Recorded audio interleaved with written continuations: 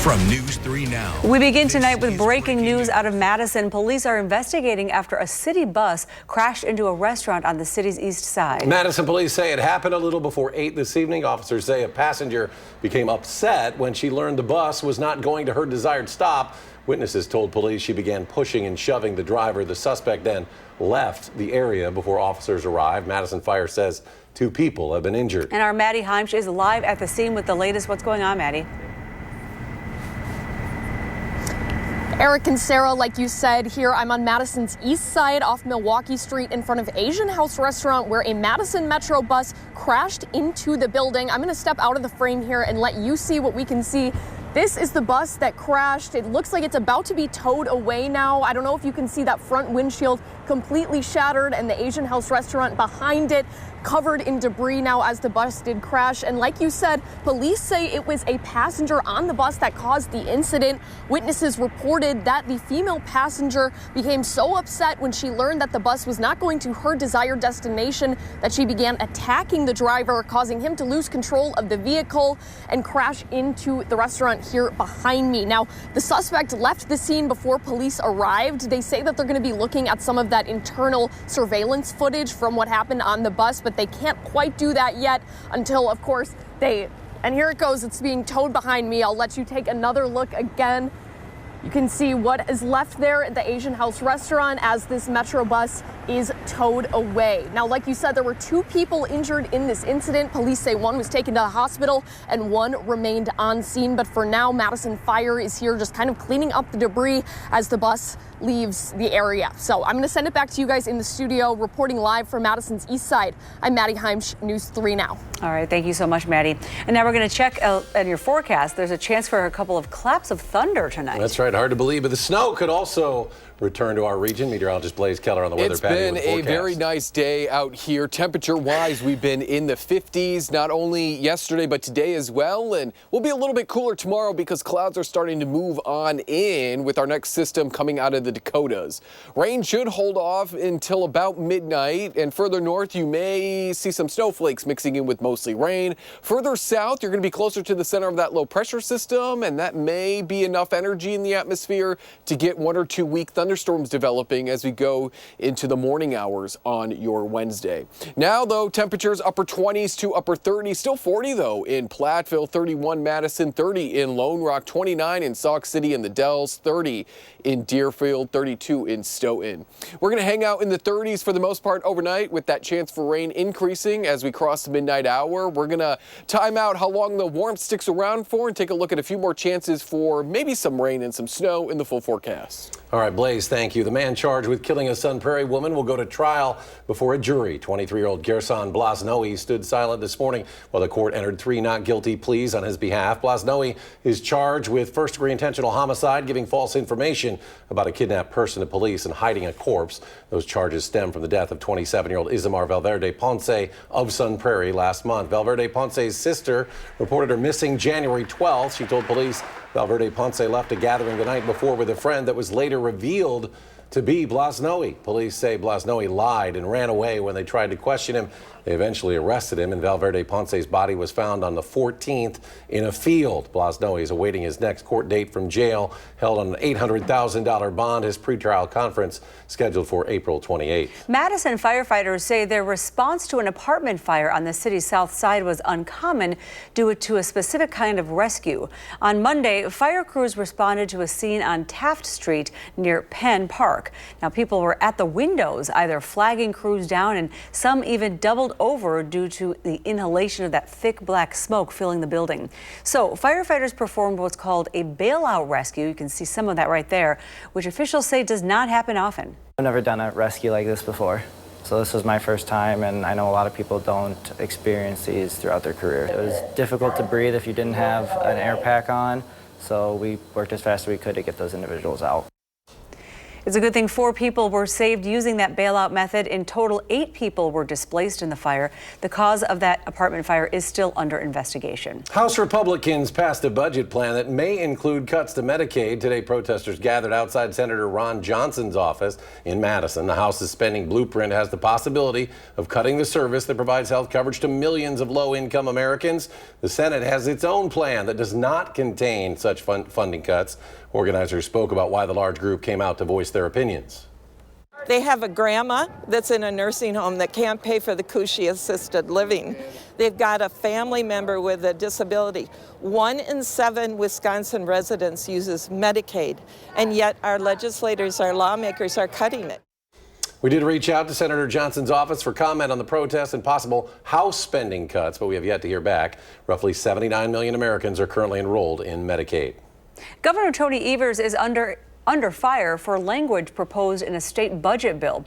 The changes are to some of the references to gender in a section about in vitro fertilization. As an example, the measure changes the term mother to inseminated person and husband to spouse. Republicans were quick to criticize the language. However, Evers defended the bill's choice of words. We're working for the families in Wisconsin, especially those that are receiving IVF services, and making sure that we can make certain that the mom is able to get the services she deserves. Now, Republicans say the bill's language is offensive to mothers and that the governor is out of touch with ordinary citizens in the state. The Madison Common Council took a final vote on changes aimed to make it easier for the city to build new housing. Our Maddie Heimsch was at the city council meeting earlier tonight and has the details of the proposal. The package of ordinances would allow more flexibility in how accessible units are built, addressing limitations with floor layouts, number of bedrooms, and garage and porch specifications. The package also includes new review standards for making way for new developments, allowing non-historic buildings to be demolished without additional review by the Plan Commission. So I think this is a way for us to make it easier for city staff to just get people to build housing for things that are issued as non-historic. That to me seems like a win-win. Public comment at the beginning of the council meeting saw both support and opposition to the changes that Mayor Satya Rhodes Conway has called common sense in the city's attempts to fight the housing crisis. Digging deep into the weeds of the code, looking at ways to, again, further support missing middle housing. So duplexes, townhomes, small apartment buildings. Looking at ways that we can just simplify the way that we do things, have process improvements around technology, urban design, other things. City staff has developed a housing tracker on the City of Madison website where users can track overall development production, housing growth in comparison to population growth, and the location of projects both completed and under construction. The city's ultimate goal is to create 15,000 more homes by 2030, 25% of which are to be labeled affordable. Reporting in Madison, I'm Maddie Heimsch, News 3 Now. Well, the Village of Oregon asking residents to pay more in property taxes. That's to help with city staffing. For the average $430,000 valued home in Oregon, the tax impact per year would roughly be $430 a year or $35 a month. The city says if approved, it would get 3 full-time police officers, 3 public works positions, and seasonal staff as well. 1 human resources manager, 2 librarians, and a part-time senior center employee. Funding would also go to the maintenance of village parks, facilities, and equipment. In the last 10 years, we've grown, and our population has doubled since 2000. So we're growing very fast. That means newer, larger facilities, but also in terms of the referendum, we need more staffing. Well, the city says if the referendum is not approved, there could be reduced hours at village facilities, reduced public works services, and emergency response times could be slower. Well, the Madison School Board decided on a new name for Southside Elementary School yesterday. Our Merrill Hubbard spoke with district leaders to learn more about the significance of this name. Southside Elementary will be named after Lori Mann Carey. But who is Mann Carey? Well, I think her son says it best. My mom, she's always gonna be there and greet you with a hug. That's grandma. Vince Carey and his daughter Selah are looking back at memories of Lori. My mom, she saved my life. When I was younger, I was kind of headed down a path of destruction. Vince says he had a 0.7 GPA his freshman year. He had given up on school. It would have been so much easier for her to just like let me fall through the cracks, and she didn't do that. She didn't let me fall. He says his mom always showed up. Oh, like she treated me, I think, like I was an only child, so. Vince was actually one of Lori's 5 kids, but she was a mother figure for many more in the community. She's a native of Madison, and she went to MMSD schools, kindergarten all the way through graduation. Anu Ebi, assistant superintendent for Southside Elementary, says she didn't know Lori personally, but has seen the impact she left behind, like the Mann Scholarship Program. She was always thinking about equity in her work, and that was central to everything she did. After a life dedicated to helping students get on the right path, Lori passed away in 2020. She emptied herself like into our community. Months of conversations, deliberations, and narrowing down from 175 proposals, the school board decided that the Lori Mann Carey name would carry on. I think she would be so proud because this location has so much significance to her. Though Lori is no longer here to walk through the doors, she's still showing up. I'm just like still kind of on cloud 9. MSD tells me that Southside Elementary will take on its new name within the 2025-26 school year. Reporting in Madison, I'm Meryl Hubbard, News 3 Now. And Vince says his mom would have been 65 this coming Thursday, and the renaming is a great birthday gift for her. Well, more than 100 animals from the southern part of the country are getting a new home here in Wisconsin. Today, 110 pets from shelters in Columbus, Georgia, and Birmingham, Alabama arrived in Madison. Dane County Humane Society, along with 9 other local shelters, met the animals at the airport. The cuties.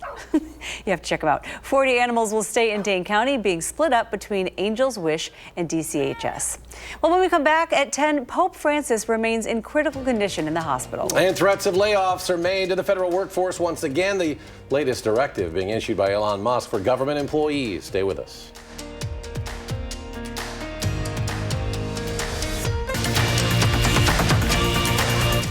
Welcome back. President Trump has threatened the jobs of federal workers if they don't comply with an Elon Musk ultimatum. He also announced a new way to gain a path to citizenship that'll have a price tag. Erica Brown with a story from Washington. President Trump signed executive orders at the White House targeting possible tariffs on copper and reviewing security clearances for employees of a law firm who worked with special counsel Jack Smith's team. Who would like this pen? Hey, why don't you send it to Jack Smith? Trump then doubled down on Elon Musk's directive to federal employees, asking them to list 5 things they accomplished last week. And if they don't write back, they end up eventually losing their job. The White House says more than 1 million workers have already complied, and extensions for those who have not yet responded will be allowed. Some federal employees who were recently laid off took to Capitol Hill to protest the cuts to lawmakers. We're going to head up to the first office, and you're going to tell your story, and then we're going to go to the next office, and then we'll just keep going on. In the Oval Office, President Trump also proposed a, quote, route to citizenship in the U.S., a gold card for wealthy individuals with a $5 million price tag. They'll be wealthy, and they'll be successful, and they'll be spending a lot of money and paying a lot of taxes and employing a lot of people. And we think it's going to be extremely successful. The administration says applicants will be vetted, and the program will launch in about 2 weeks. Erica Brown, CBS News, the White House. Well, the U.S. and Ukraine have also tentatively agreed on a deal to hand over revenues of some Ukrainian minerals after President Trump said he wanted payback for American military aid. Pope Francis remains hospitalized in critical but stable condition. The Vatican says he was able to get out of bed, eat on his own, and resume work activities. He has not had a repeat of the respiratory crisis he experienced over the weekend. The pontiff has now spent 11 days in the hospital for a host of health issues, including double pneumonia and mild kidney failure. Well, southern Wisconsin, a chance of some snow to fall tonight. But our warm temperatures will stick with us a little while longer. We have meteorologist Blaze Keller here with all the details. That's right. We're beginning to watch our jet stream transition out of winter, staying to our south there, and it's beginning to move further north. And this is usually what we see later, I would say, into spring, but we're just getting a little taste of it early as we get some of these warm days and then cool days as our jet stream finally moves its way northward as as we move closer to summer. Tonight, a rain-snow mix, probably more rain than snow, along with a few rumbles of thunder could be possible as our next Clipper system moves on in.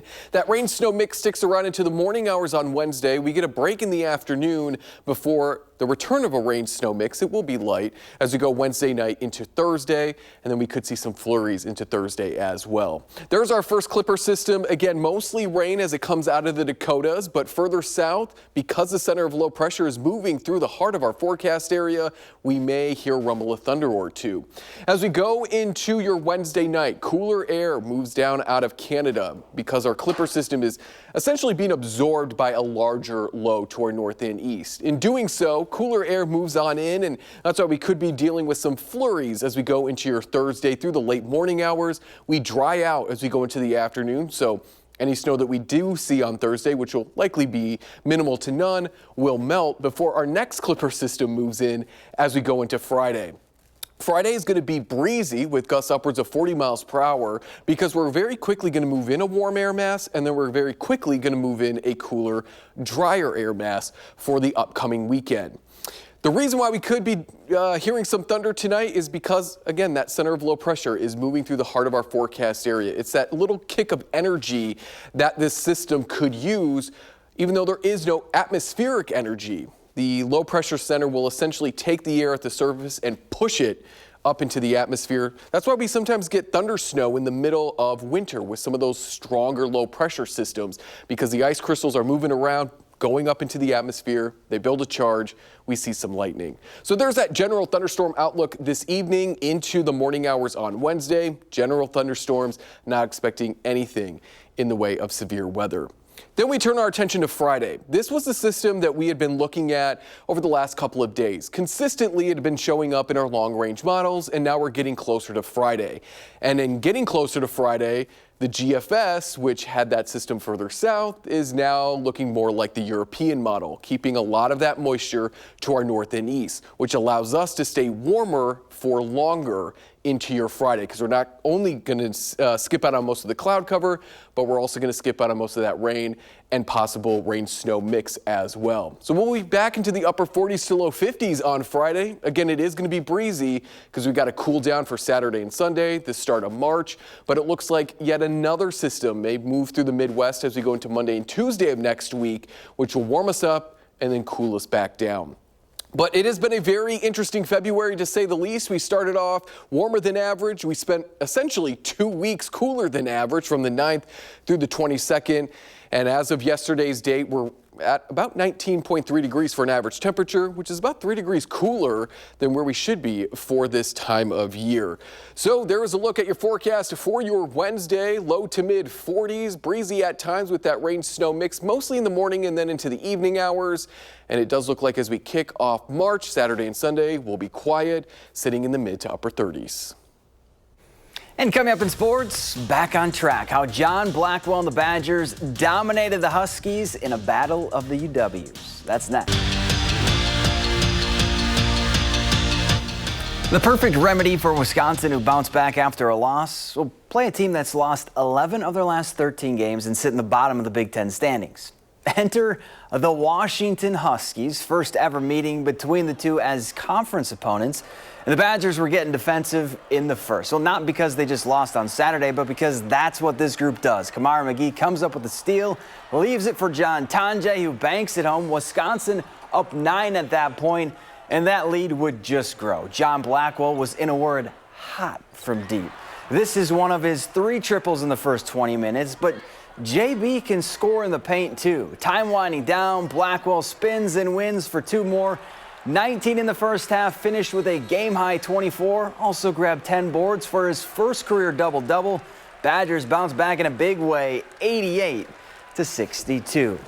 And just a reminder to check out this week's Wisconsin Huddle. Kamara McGee stops by to talk all things Badger hoops, including making the case for John Tonje to be named that Big Ten Player of the Year. Show airs on Friday at 6:30 right here on News 3 Now.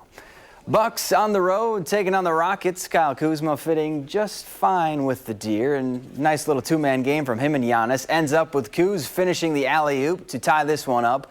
Now, this game got interesting late. Bucks down 3 with 3 seconds left. Lillard with a great chance, but it wasn't Dame time tonight. Bucks fall 100-97.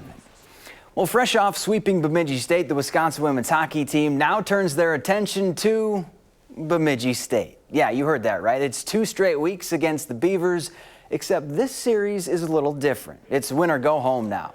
The Badgers have officially entered the postseason, and Mark Johnson's squad isn't taking anything for granted as they prepare for a best-of-3 first round of the WCHA tournament. It's do or die now.